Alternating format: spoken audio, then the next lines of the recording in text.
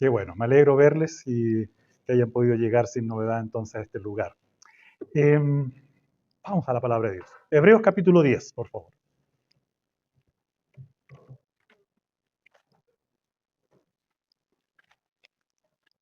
Hebreos capítulo 10, versículos 24 al 25. Vamos a concentrarnos ahí, aunque siempre la palabra de Dios debe ser analizada en su contexto, porque si no a veces podemos usar algunas porciones de la Escritura sacada de contexto, por un lado, ¿no es cierto? Y sin la fuerza que a veces tiene la palabra de Dios cuando es colocada, ¿no es cierto?, en su marco más amplio. Hebreos capítulo 10, entonces, versículos 24 al 25.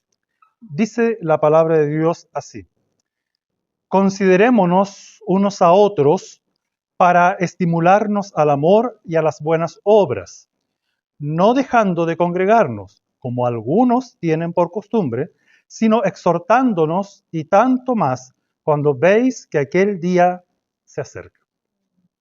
Oremos. Señor, muchas gracias damos a ti en primer lugar por tu presencia en nuestro medio y también, Señor, por tu misericordia hacia cada uno de nosotros, que nos permites poder congregarnos, estar en este lugar para adorarte, para reconocer tu salvación, tu señorío sobre nuestras vidas, también, Señor, para buscar de ti el consejo necesario que guíe nuestros pasos cada día.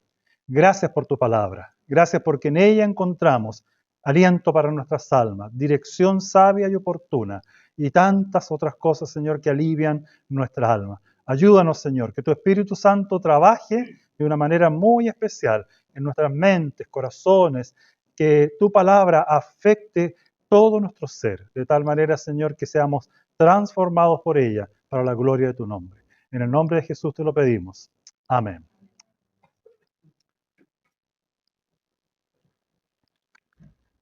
A ver, conocimiento de geografía universal. Solamente terrenal, no tan universal. ¿Cuál es el país que tiene mayor cantidad de habitantes?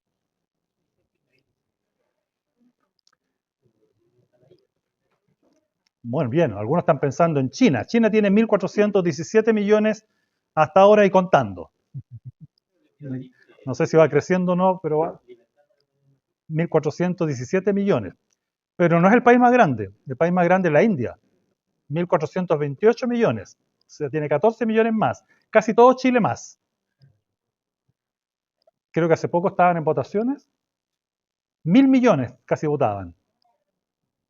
Nosotros nos quejamos por las filas acá con 20 millones. No, votamos 11 millones, ¿no es cierto? Y allá votan 1.000 millones. Pero ninguno de estos dos países es el más grande. ¿Sabían ustedes que hay otro más grande? En cuanto a habitantes, no tamaño, en cuanto a, digamos, ¿cómo se llama? Superficie. Hermanos, el país con mayor cantidad de habitantes actualmente se llama, redoble tambores, Facebook.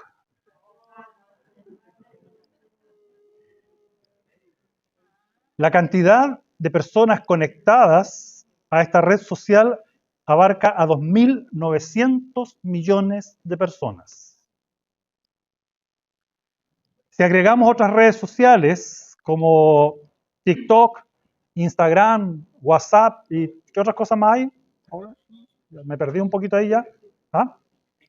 ¿Ah? XX, ¿ya? La cantidad de personas que usan redes sociales hoy en día, hermanos, asciende a 3.800 millones de habitantes.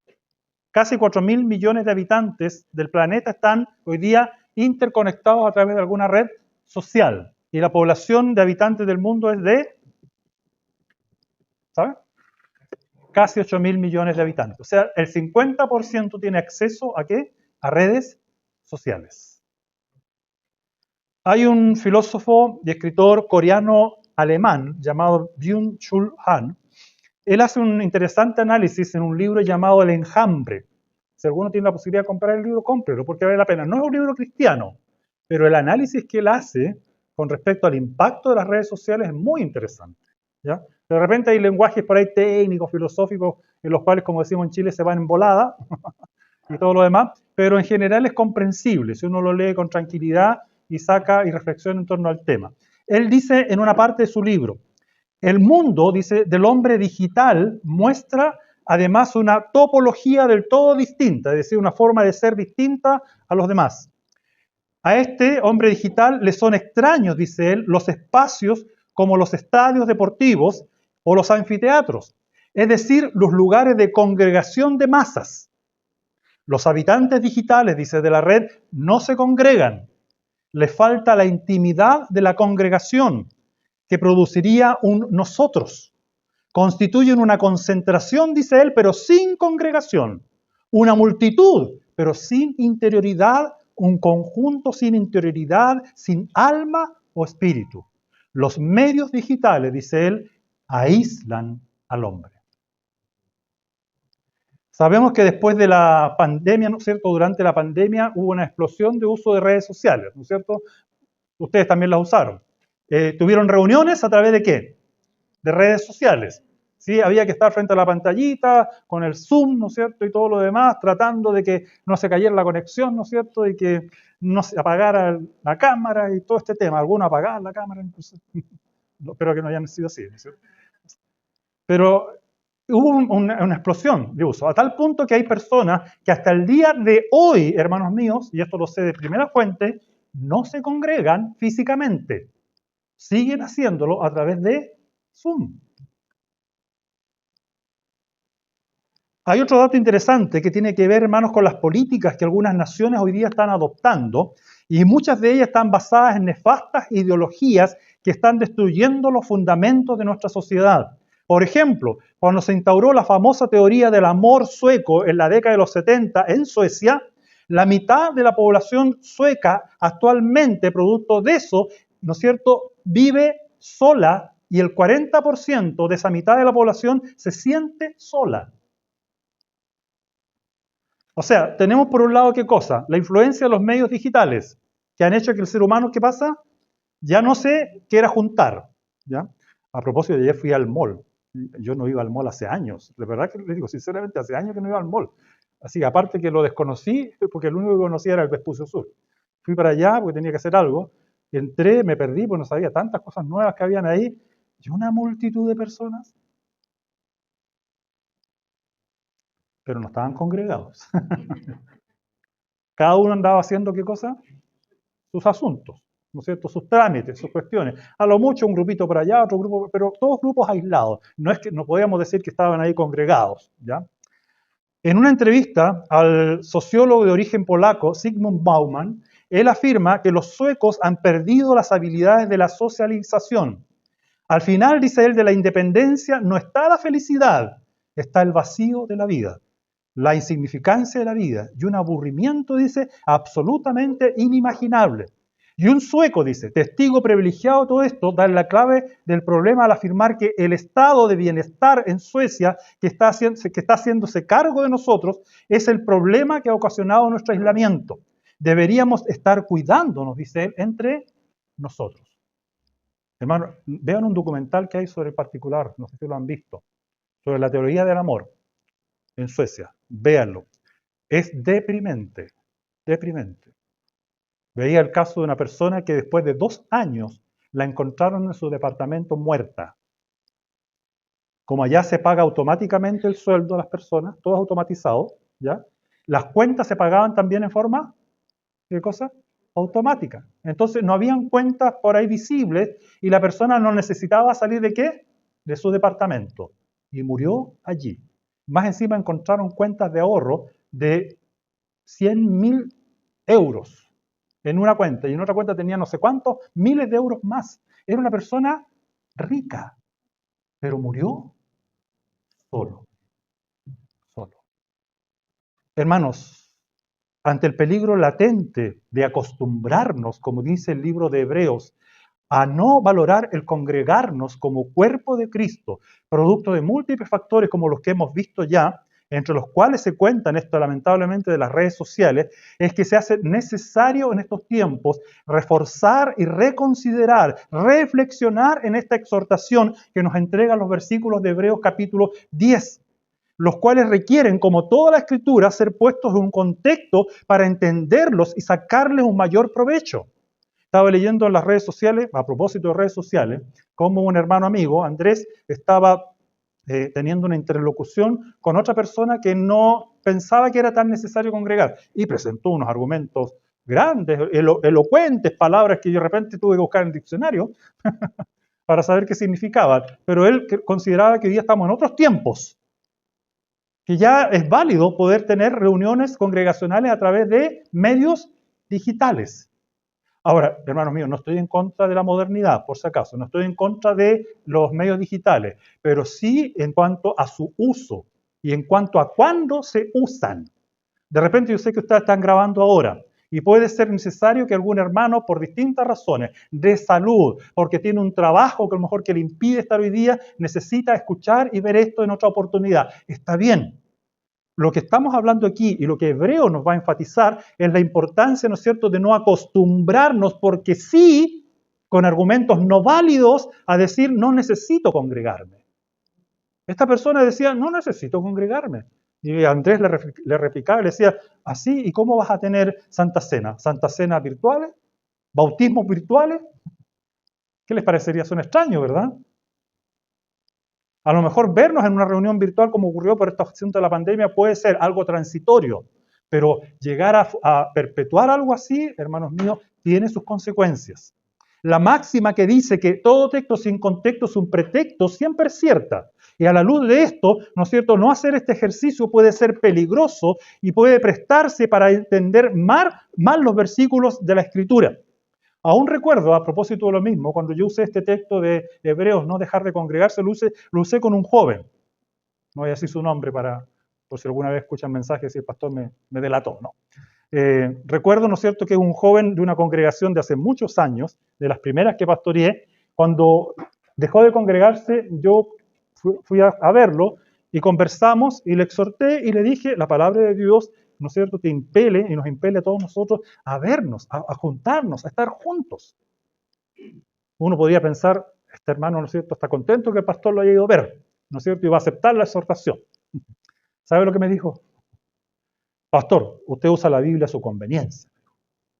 ¿Quién dijo que esa es la interpretación correcta de la Biblia? Interesante, ¿verdad?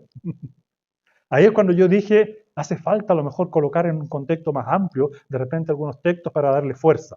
Sé que uno puede usar muchas veces incorrectamente un pasaje de la Biblia para exhortar o animar a alguien, y a pesar de esto, ¿no es cierto?, inclusive aunque lo use correctamente, a veces no logramos el efecto deseado.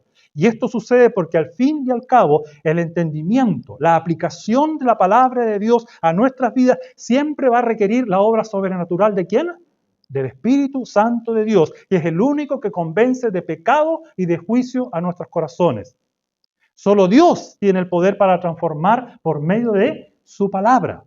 Pero a veces nosotros le hemos restado el poder a la palabra de Dios porque la sacamos de contexto, porque no le damos la fuerza necesaria. ¿Por qué debemos congregarnos, hermanos míos? ¿Por qué? Si uno usa el texto aislado aquí que dice, no dejemos de congregarnos, como algunos tienen por costumbre, podría sonar como una exhortación moralista. Tienes que venir a reunirte porque tienes que venir a reunirte. Porque lo digo, porque lo dice el pastor. ¿Es así? Hermanos, ¿por qué debemos congregarnos? ¿Por qué te congregas? ¿Por qué viniste hoy día a este lugar? ¿Saben? Algunos dirán, bueno, vine porque es un mandato bíblico, es necesario congregarse. O vine, otros usan, ¿no es cierto?, argumentos más emocionales, ¿no es cierto? Vine porque me gusta. ¿Han escuchado eso, no? Otros, ¿no es cierto?, vienen porque me obligaron a venir. Especialmente los adolescentes, a veces los niños, a veces, no quiero ir a la iglesia. Tienes que ir. Y lo llevamos.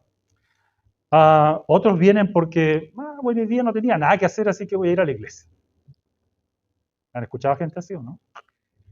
Hay otros que vienen a la iglesia, ¿no es cierto?, porque, no, es que yo quería ver a alguien hoy día, entonces justo sé que va, voy a aprovechar de ir a verlo. Otros vienen porque predica tal persona.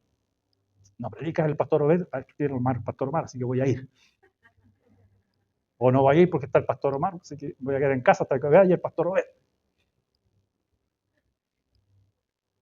Hermano, yo lo hice a propósito. Yo más de alguna vez, cuando veía el programa anticipadamente, cuando era joven y sabía que le tocaba predicar, no, este hermano no ir a la iglesia. Y no fui. Así que soy pecador, lo reconozco también. Hermanos, no faltan aquellos que ven en el ir a la iglesia como un ejercicio para la buena suerte, para que no me vaya mal durante la semana, ¿no es cierto? Para que el Señor no me vaya a castigar. Y por temor vamos a la iglesia. Hay un montón de otras razones, hermanos, algunas válidas, sin duda, y otras para nada recomendables. ¿Cuál debería ser la verdadera razón para congregarse? Vuelvo a preguntarles. Hermanos, como seres humanos que somos, siempre está la tendencia de aparentar que estamos bien, de justificarnos, de pensar que podemos arreglárnoslos en la vida solos.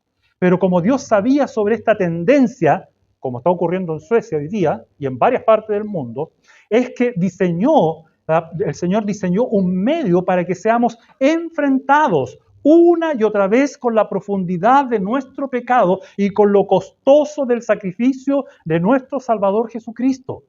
Esta, hermanos, es la razón principal por la cual ordenó que nos reuniésemos una y otra vez en un servicio de adoración en la iglesia como este, para ser enfrentados con esta doble realidad de nuestra identidad como pecadores, pero a la vez como hijos de la gracia de Dios. Como dice Hebreos capítulo 3, versículos 12 y 13, si quieren buscarlo, dice, cuídense, hermanos, de que ninguno de ustedes tenga un corazón pecaminoso e incrédulo que los haga apartarse del Dios vivo. Más bien, mientras dure ese hoy, anímense unos a otros cada día para que ninguno de ustedes se endurezca por el engaño de ¿qué? Del pecado. Dice, mire, cuídense unos a otros para que ustedes velen para que el hermano no se endurezca por el pecado. Porque si hay algo, querido hermano, que hace que la persona se acostumbre a no venir a congregarse, ¿qué es? El pecado. Es el pecado. No podemos menospreciar ni menoscabar la fuerza que tiene el pecado hacia nuestras vidas y cómo nos envuelve de tal manera y nos convence y nos dice, ¿para qué vas a ir? ¿Para qué vas a perder el tiempo? ¿Para qué vas a ir a escuchar algo tan repetitivo? ¿Para qué esto y para qué lo otro? Y un montón de cosas. Hermanos, el pasaje que nos convoca hoy está en un contexto que requiere un análisis para entenderlo, para ver la fuerza del argumento del escritor de Hebreos que llama a los creyentes a no dejar de congregarnos. ¿Y cuál es esta razón de peso? Analicemos brevemente el pasaje, hermanos míos. Lo primero que vemos en los versículos 11 y 12 de Hebreos 10, en el mismo contexto, es que dice lo siguiente, Hebreos 10, 11 y 12. Y ciertamente, dice la palabra de Dios, todo sacerdote está día tras día ministrando y ofreciendo muchas veces los mismos sacrificios que nunca pueden quitar los pecados. El escritor de Hebreos está diciendo, ¿no es cierto?, que comparando, ¿qué cosa? Los sacrificios que hacían los sacerdotes en el antiguo pacto y el sacrificio que hizo Cristo en el nuevo pacto. Y dice, los sacerdotes del antiguo pacto hacían ¿qué cosa? Sacrificio tras sacrificio, vez tras vez, constantemente. Y el versículo 11 dice, y ciertamente todo sacerdote está día tras día ministrando y ofreciendo muchas veces los mismos sacrificios que nunca pueden quitar, dice ¿qué cosa? Los pecados. Y el versículo 12, ¿qué dice? ¿Cómo parte? Pero, qué importantes son los pero. A veces hay algunos pero que no nos gustan, ¿no es cierto? Pero, ¿qué va a decirle? No, pero aquí hay un pero que es valioso, hermano, muy importante, dice, pero Cristo, habiendo ofrecido una vez para siempre un solo sacrificio por los pecados, ¿qué ha hecho? Se ha sentado a la diestra de Dios. Hermano, ¿no es un alivio esto? ¿No es un alivio? Piénsalo. Tú eras parte de la congregación del antiguo pacto. Todo el tiempo el Señor, ¿no es cierto?, te pedía que llevaras algún sacrificio. Si eras rico tenías que llevar el mejor animal, el más gordito. Si eras pobre podías llevar ¿qué cosa? Hasta libaciones, ¿no es cierto?, de aceite, de trigo, una palomita, ¿no es cierto? Hay algo, pero había que hacerlo y constantemente. ¿Para qué? Para mostrarlo, ¿no es cierto?, anticipando el sacrificio que vendría diciendo, aquí está lo que ofrezco, Señor, límpiame. ¿De qué? De mis pecados. Y aquí el escritor de Hebreos con entusiasmo dice, pero Cristo se ofreció, ¿qué dice? Una sola vez. ¿Y con esto qué hizo con tu vida de pecado? ¡Pah! Erradicada. Nunca más necesitas, ¿qué cosa? hacer sacrificio. Escucha bien esto, hermano. Nunca más necesitas hacer ningún sacrificio. Hermano, tu ofrenda no paga tu salvación. Cantar no paga tu salvación. Venir a la iglesia en cuerpo no paga tu salvación. Escúchalo bien lo que voy a decir, esto es muy importante. Hermanos míos, ¿por qué razón estás aquí? Porque Cristo ya pagó, ¿por qué? Por tus pecados. ¿Y a qué vienes tú a la iglesia entonces a congregarte? A reconocer, ¿qué cosa? Ese sacrificio de Cristo, hecho una vez y para siempre por tu vida. Hermano mío, eso da seguridad de salvación. Aunque tú peques, y no estoy motivándote a pecar, la Biblia dice que el Señor sigue abriendo sus brazos diciéndote, ¿qué cosa? Ven, aquí estoy. Estos días recordábamos a Pedro en la iglesia, en una reunión de grupo. Cuando Pedro pecó, ¿no es cierto?, negando al Señor de una manera tan miserable, ¿verdad? ¿Se acuerdan de esa escena? 3 veces lo negó, dijo una sarta de insultos, garabatos, desconoció a Jesús, dijo, yo no conozco a ese, bla, bla, bla, y todo lo demás. La Biblia dice que Jesús lo miró de lejos. Y Pedro, ¿qué hizo? Se acordó de lo que el Señor hizo y se puso a llorar. Y el Señor fue sacrificado y Pedro ahí quedó, miserablemente. Pero saben, hermanos míos, qué hermoso algo que pasó después. A los pocos días Jesús resucitó, ¿no es cierto? Está a la orilla del mar. ¿Recuerdan esa escena? ¿Sí? ¿Qué es lo que está haciendo Jesús? Preparándonos peces asados, ¿no es cierto? Con miel, otras cositas más ricas. Y le dice a Pedro, Pedro, ven, ven Pedro, mira, ven, tomemos desayuno juntos. Oiga, ¿qué habrían hecho ustedes con un traidor así? Si lo hubiera traicionado y lo ven en la calle, anda, no te quiero ver. ¿Me las vaya a pagar? ¿No estuviste a mi lado? ¿Sí? Pero el Señor no fue así. Hermano, esa es la misma escena contigo. Cada vez que tú vienes el día domingo, hayas hecho lo que hayas, el Señor abre sus ojos y dice que, ven, estoy tocando a la puerta, quiero entrar, ¿no es cierto? Para cenar, para tener un banquete, ya no un desayuno, un banquete. Y decirte qué cosa, otra vez, cada domingo el Señor reitera, te amo y te perdono, te amo y te perdono. Ven a la comunión conmigo. Hermano, es lo que está diciendo aquí el escritor de Hebreos. ¿Ya? Por esta razón, hermanos, es necesario o fue necesario el sacrificio de Cristo. Primero, para reconciliarnos con Dios y en segundo lugar, para restablecer esa paz tan necesaria entre los seres humanos. Por eso es que leímos pasaje de la Biblia y dice, el que no ama a su hermano está en pecado. Porque entonces no ha entendido lo que es el perdón de Dios para con su vida. Cómo Jesús, ¿no es cierto?, te llama a la comunión vez tras vez, a pesar de que tú lo traicionas toda la semana con tus pecados. Y sin embargo, porque el hermano te hizo una pequeña cosita, no quiero saber más. Inconcebible, incongruente, no tiene razón de ser, no tiene peso, argumento para decir. ¿Y cuánta gente no ha venido a veces a la iglesia por qué cosa? Es que en la iglesia me hicieron, no voy más a esa iglesia porque ahí... Y empezamos ¿cierto?, a mencionar y a despotricar contra medio mundo. Pero sin embargo, esa misma persona va a su trabajo, vez tras vez, y en el trabajo lo tratan mal, y aquí y allá, y el jefe y sin embargo, al otro día va a trabajar otra vez. Solamente para recibir algo material. Y cuando se trata de lo espiritual, lo más importante para tu vida, lo menosprecias, lo menosprecio. Hermanos, esto es motivo suficiente para tener plena comunión con Dios y en donde Cristo debe ser constantemente, dirían los rusos, nuestro leitmotiv, es decir, nuestro tema central para lo que nos dicen los versículos 19 al 21. Vaya un poquito más abajo, dice, así que, dice, así que también es importante como el pero delante. Así que, ¿qué cosa? Así que ahora que entendemos que Cristo se sacrificó una sola vez para siempre por tus pecados y constantemente te llama a la comunión, ¿no es cierto? Ya no necesitas hacer sacrificio como los de antes. Dice, así que, basado en esto, entendiendo esto, dice, hermanos, mediante la sangre de Jesús, tenemos, ¿qué dice ahora?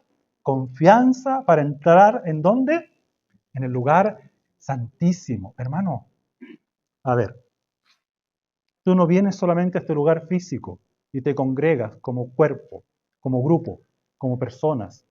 Vienes a este lugar y nosotros, todo como conjunto, ¿a dónde en realidad entramos? Piénsalo, ¿dónde entramos? La Biblia dice que entramos al lugar santísimo, a ese lugar que antes era inaccesible en el antiguo pacto, pero que ahora Cristo dice, rompió ese velo de arriba hacia abajo, lo rasgó y dice, pasen, pasen, vengan, vengan por el camino nuevo y vivo que Él nos ha abierto, dice, a través de la cortina, lo cual hizo por medio de su cuerpo. También tenemos un gran sacerdote al frente de la casa de Dios. Hermanos, al comprender esta maravillosa verdad, es natural que se dé lo que los versículos 22 al 25 nos exhortan. Por ejemplo, el versículo 22 dice, producto de este sacrificio de Cristo, ahora podemos acercarnos a Dios con limpia conciencia. Hermano, yo no tengo la capacidad de autolimpiarme. Nosotros hicimos confesión de pecados hoy día, ¿por qué? Porque hay uno solo que puede perdonar pecados. ¿Quién es? El Señor. Ya hizo el perdón de pecados primario, que fue librarnos de la condenación, de los pecados que nos condenaban, pero también nos limpia de la suciedad constante que arrastramos en este mundo. Acerquémonos con limpia conciencia, dice. Versículo 23, mantengamos firme esta esperanza, dice. Producto de Cristo podemos mantener firme la esperanza de que estamos, ¿qué cosa? Ante la presencia de Dios cada día. Versículo 24, y aquí vienen los textos, y considerarnos o preocuparnos los unos para los otros. ¿Por qué podemos preocuparnos ahora los unos por los otros? ¿Porque me agrada el hermano? ¿Porque es simpático? ¿Ah? ¿Porque usa lente, no usa lente? ¿Usted pelo corto, pelo largo? ¿Porque es gordito, porque es flaco? ¿Por qué amo a mi hermano? ¿Por qué amo a mi hermano? Porque la Biblia dice que Cristo me amó primero. Y la Biblia dice que Él ha derramado su amor en nuestros corazones para que nosotros lo prodiguemos, ¿no es cierto?, con abundancia a nuestro hermano. No importa lo que haya hecho. Considerarnos, preocuparnos los unos por los otros. Esto logra que cada creyente estimule al otro al amor y a las buenas obras. ¿Cuántas veces también es cierto hemos sido piedra de tropiezo para otro? No hemos estimulado a otro hermano, no hemos mostrado la gracia de Dios que ha sido derramada sobre nuestras vidas y hacemos que el hermano se aleje, producto de qué cosa? De mi falta de entendimiento de lo que Cristo hizo por mí. Y el versículo 25 dice también, así que no dejemos de congregarnos. Y así animemos a otros creyentes con la presencia y la palabra de Dios. ¿Captan la fuerza del contexto? Entonces, si yo uso el texto aislado, puedo ser un moralista que obligo a alguien a venir a la iglesia porque dice la Biblia, tienes que venir. Pero si le muestro el contexto de lo que Cristo hizo por esa persona, y esa persona verdaderamente ha entendido lo que significa la salvación, el peso, ¿no es cierto?, la carga que sobrellevó Cristo en la cruz, por mi pecado, por su pecado, hermanos, no deberíamos de ser indolentes ni duros, sino derritir nuestro corazón ante el amor del Señor y decir, Señor, ¿cómo voy a dejar de congregarme? ¿Cómo voy a dejar de ir a adorarte con mis hermanos por los cuales tú también te sacrificaste? A veces pensamos que Cristo murió por mí nomás, pero también murió por el que está a tu lado. Ahora viene el desarrollo del tema. No, pero va a ser cortito, tranquilo. Larga mi introducción. Pero es importante. Versículo 24. Considerarnos o preocuparnos los unos por los otros para estimularnos al amor y a las buenas obras. Hermanos, el mensaje o llamado constante del Evangelio para una vida, ¿no es cierto?, plena, es amar a Dios y amar a ¿quién también? Al prójimo. Ahí se resume ¿qué cosa? Lo que la Biblia llama el nuevo mandamiento, ¿no es cierto? Que en realidad es el antiguo mandamiento, simplemente que lo fusionó en dos. ¿Ya? Esos 10 mandamientos fusionaron en dos, amar a Dios y amar al prójimo. Hermano, en estas dos máximas se resume la ley divina. Aquí se encuentra el equilibrio para tu vida, para la mía. Sin embargo, hemos visto en el último tiempo un cambio sustancial en la vida de muchos seres humanos. Ya no consideran para nada a Dios. Han cambiado la preocupación por el ser humano por una preocupación desmedida por los animales, la naturaleza o las cosas materiales. ¿Han visto eso, no? Como le dije, ayer mi visita al mall me demostró eso. Miles de personas. Consumismo, pero a su máxima expresión. Un puro heladito sale 1.500 pesos. Imagínense cuántas personas comiendo helados ahí. Y, todo, y comprando otras cosas más caras. Terrible, hermano mío. Los animales. Querido hermano, yo me gustan los animales.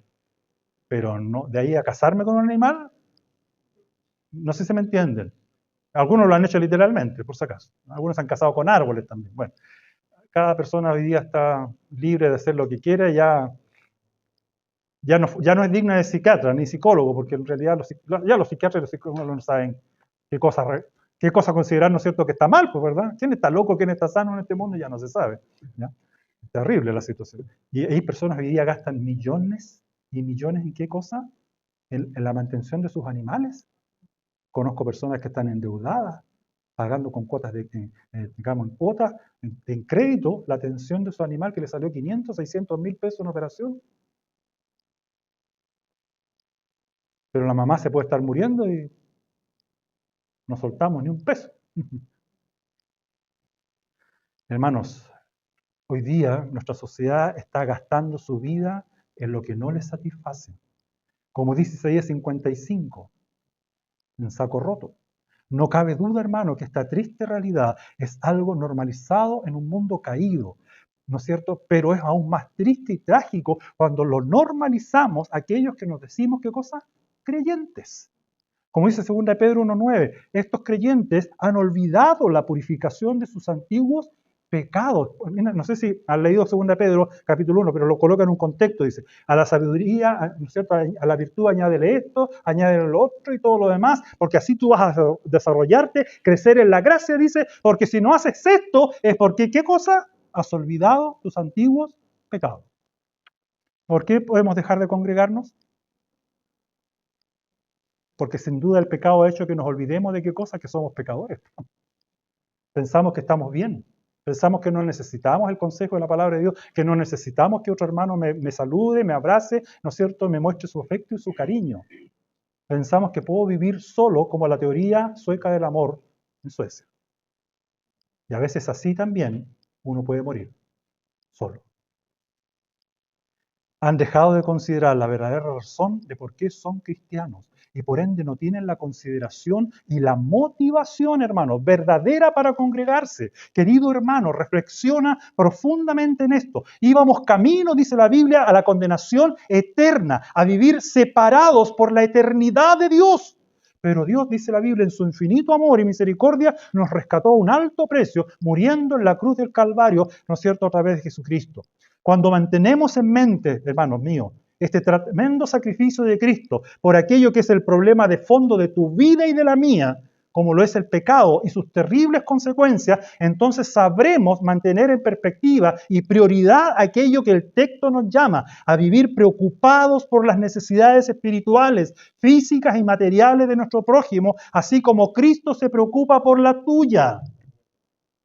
El Hijo de Dios, ¿no es cierto?, se conmovió en su espíritu. En Juan 11:33 nos muestra el corazón de Cristo cuando dice, ¿no es cierto?, que visitando a María producto de la muerte de Lázaro, dice, Jesús al verla llorando a María y a los judíos que la acompañaban, que también lloraban por la partida del amado Lázaro, también llorando, dice la Biblia que Jesús se estremeció en espíritu y se conmovió con el dolor de María y las personas que estaban allí. Hermano, ¿has perdido sensibilidad en tu vida por el dolor ajeno? ¿Te has vuelto insensible? Si no estás constantemente expuesto a la palabra de Dios, al recordatorio de dónde el Señor te sacó, lo que Él hizo por ti, cuánto te ama, hermanos míos, podemos volvernos indolentes hacia el dolor ajeno también. El Hijo de Dios se vistió de carne, se identificó con la humanidad de manera verdadera, plena, completa, pero aunque Él se mantuvo sin pecado, obviamente, en esta condición, dice la Biblia, tuvo sentimientos, tuvo emociones profundas que lo hicieron estremecerse, conmoverse entre el dolor ajeno. Por eso en Hechos 10:38 dice que Jesús anduvo haciendo bienes y sanando a todos los oprimidos. ¿Qué lo movía al Señor, hermanos míos? Ver el dolor de las personas que estaban en este mundo, caído. Hermano, cuando tú vienes a la iglesia a congregarte, vienes a ver también a tu hermano para saber cómo está, cómo ha vivido, cómo ha sobrevivido.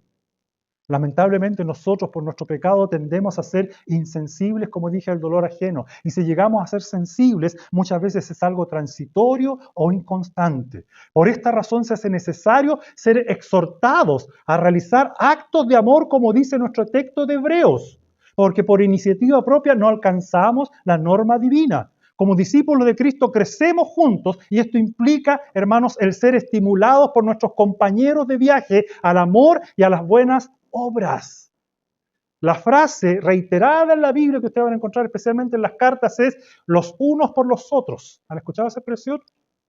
Exhortémonos los unos a los otros. Animémonos los unos a los otros. Amémonos los unos a los otros. Soportémonos los unos a los otros. Esa parte es difícil. Perdonémonos los unos a los otros. También es complicado. Pero ahí están, hermanos. ¿Por qué están esas exhortaciones? ¿Porque sale natural de tu vida? Hermano, te perdono, tú sabes que no pasa nada. ¿Sí? No, nos cuesta, ¿no es cierto? Ahí está el hermano que me la hizo. ¿Lo abrazo o no lo abrazo? ¿Lo saludo o no lo saludo? Hermanos, este llamado sigue siendo necesario, urgente, en una época de tanto individualismo que se ha ido acrecentando, querido hermano, se ha ido acrecentando. Jesús dijo en Lucas 22, 27, yo estoy entre vosotros como el que sirve, como el que está constantemente preocupado por otros. Como verdaderos discípulos de Jesús, queridos, nosotros también debemos servir a los demás. El servicio es prestar asistencia a quienes necesitan ayuda y este servicio nace del amor genuino que se siente por aquel que dio su vida por nosotros. Vivir ensimismados, queridos hermanos, preocupados de nosotros mismos es agotador, pero cuán energizante es la alegría de vivir para otro. Realmente rejuvenece. Me ha pasado, a veces de repente me llamo por teléfono la hermana tanto. Oh, digo yo te quería dormir. Yo con esta hermana tengo media hora por lo menos. Pero digo, Señor, por algo me está llamando. Vamos. Segundo round. A escuchar. A prestar oreja. Y hermanos míos, realmente uno se siente después, sí, bien, buen siervo y fiel. Sobre poco has sido fiel, sobre mucho te pondré. Uno se siente bien cuando actúa de acuerdo a qué cosa, a lo que la palabra de Dios dice, aunque a veces no tenga las ganas ni las fuerzas humanas. Pero ahí uno se revitaliza. Pero cuando tú vives preocupado por ti mismo, han conocido personas que siempre están hablando de sí, saben que son unos amargados, amargadas, gente agotadora, que no está dispuesta a qué cosa, a ver el valor que otro tiene, sino no, porque yo la idea la tuve yo. Yo tomé la iniciativa. Yo soy el que me preocupa. Medítenlo, por favor. La segunda razón, no nos queda poco. La segunda razón para congregarnos no solamente es para estimularnos al amor y a las buenas obras, ¿no es cierto?, sino también dice para animarnos los unos a los otros. ¿Ya? Gálatas 6:2 nos exhorta, sobrelleven los unos las cargas de ¿quiénes? De los otros y cumplan así, ¿qué cosa? Tu deber. ¿Ah? La orden del pastor, lo que dice la iglesia, los estatutos, ¿no? No, dice la ley del amor de ¿quién? De Cristo. Cumplan así la ley de Cristo. Hermanos, es cuando nos reunimos como iglesia, como cuerpo de Cristo, en el día del Señor, como prioridad es que somos bendecidos. En el día del Señor es cuando compartimos y también se nos imparte gracia por medio de los sacramentos y la palabra predicada, las lecturas bíblicas. Querido hermano, mira, me pasaron esto. Es un programa, un orden de lo que en esta iglesia se hace. En nuestra iglesia también hacemos algo similar.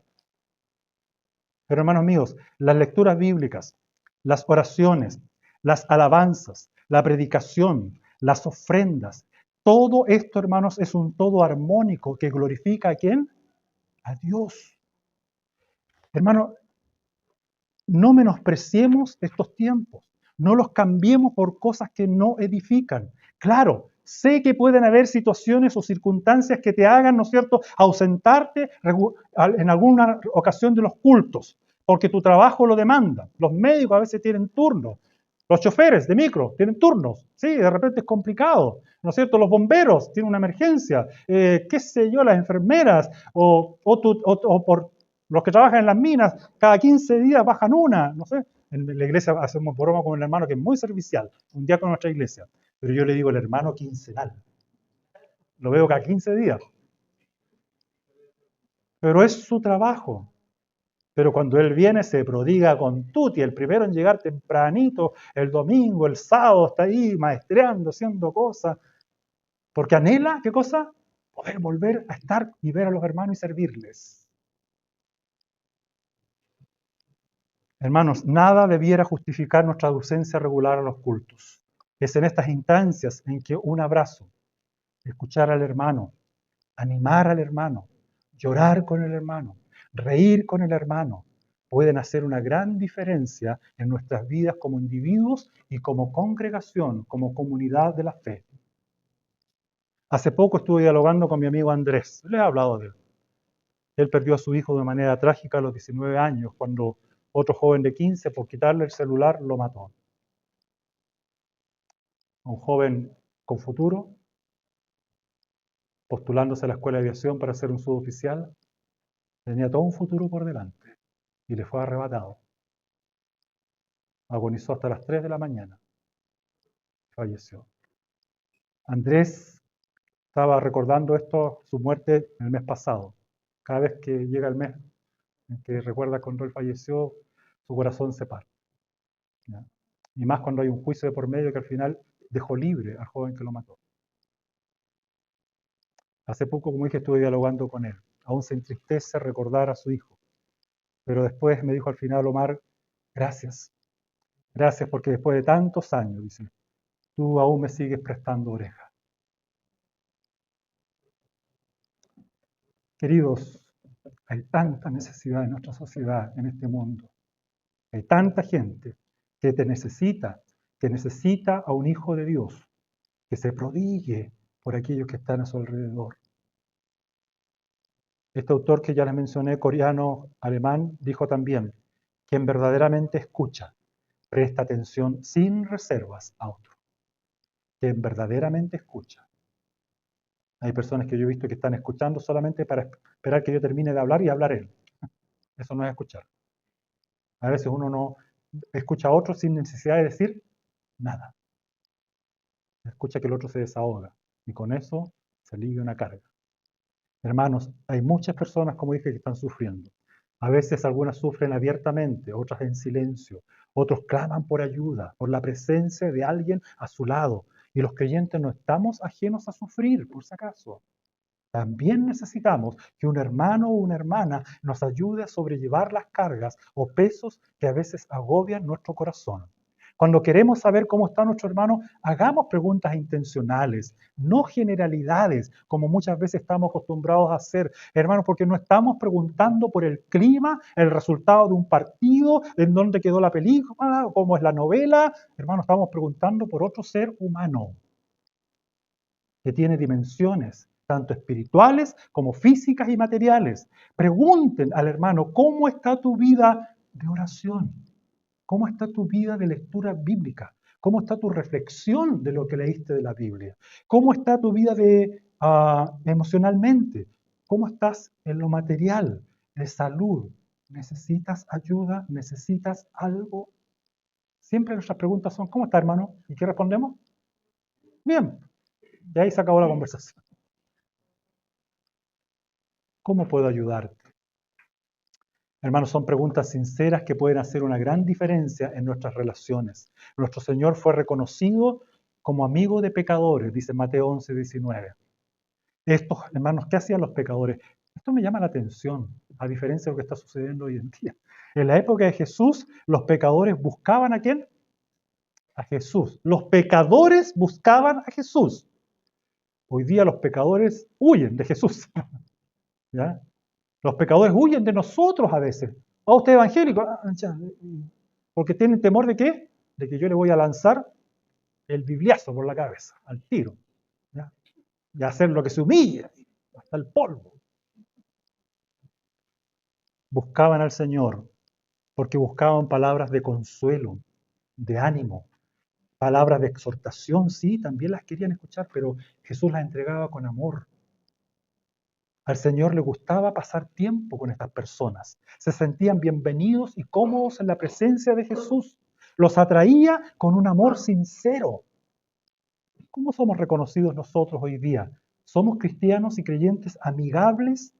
Hermano, la Biblia nos exhorta a hacerlo, a llevar a la acción el amor de Cristo, a acercarnos al que tiene una carga, porque no podemos sobrellevar a propósito una carga de otro si no estamos cerca de él.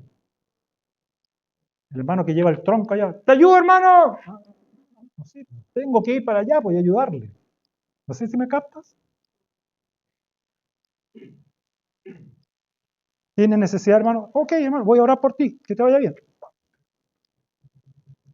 Santiago nos exhorta y dice, ¿qué cosa? No puedes decirle eso, pues, ¿no es cierto? No puedes decirle eso. Hermanos, en Filipenses 2, 19 al 30 leemos de dos creyentes a quienes Pablo reconoce como creyentes sinceramente que se preocupaban por el otro. Voy a leer solamente el caso de Timoteo, dice. Espero en el Señor, dice Pablo, Jesús, enviarles pronto a Timoteo, para que también yo cobre ánimo al recibir noticias de ustedes, dice. Nadie como él, escucha bien, nadie como él, dice Pablo, como Timoteo, se preocupa de veras por el bienestar de ustedes. Uf, y quedó estampado en la Biblia este reconocimiento. Pues todos los demás, dice él, hace una diferencia, buscan sus propios intereses y no los de Jesús. Mira, me llama la atención, buscan sus propios intereses, no los de Jesucristo. Yo habría puesto, porque todos los demás buscan sus propios intereses y no las necesidades de su hermano. No, él está diciendo que cosa, que cuando un hermano tiene necesidad y yo lo ayudo, estoy velando por los intereses de ¿quién? De Cristo. De Cristo. Cuando yo perdono a mi hermano, lo hago por Cristo. Cuando yo animo a mi hermano, lo hago por Cristo. Cuando yo exhorto a mi hermano, lo hago por Cristo. Cuando yo aliento a mi hermano, lo hago por Cristo. Hermanos, ¿te das cuenta la diferencia? Y eso no significa que a ti no te considere ni te vea como persona que eres. Pero en ti veo a quién? A Cristo que se sacrificó por ti. Pero ustedes conocen bien la entereza de carácter de Timoteo, dice, que ha servido conmigo en la obra del Evangelio como un hijo junto a su padre.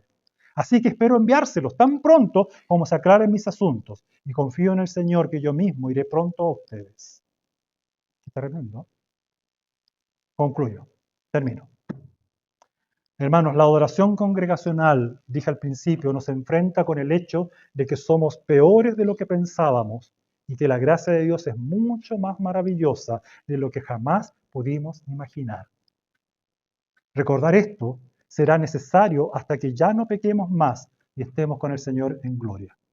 Primera cosa a tener presente. Segundo, hermanos, las reuniones de la iglesia no son una obligación para aquellos que se creen sin pecado. Por el contrario, es otro de los regalos de la misericordia de un Dios de gracia maravillosa para pecadores profundamente necesitados como nosotros.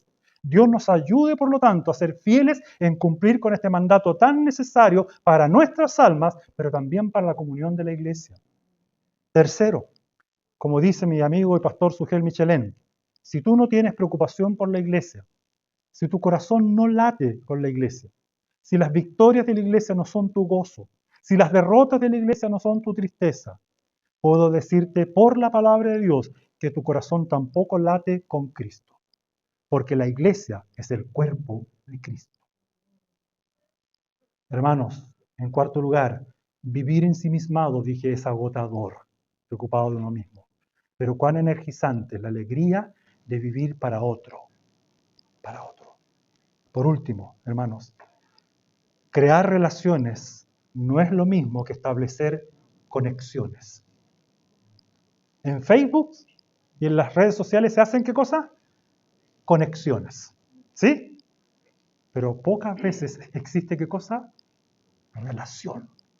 ¿Cómo sucede, no es cierto, en estas redes? Solo en el contexto, queridos, por lo tanto, de la comunión, del congregarnos físicamente, es que se puede dar esta riqueza de relaciones profundas y edificantes para la gloria de Dios.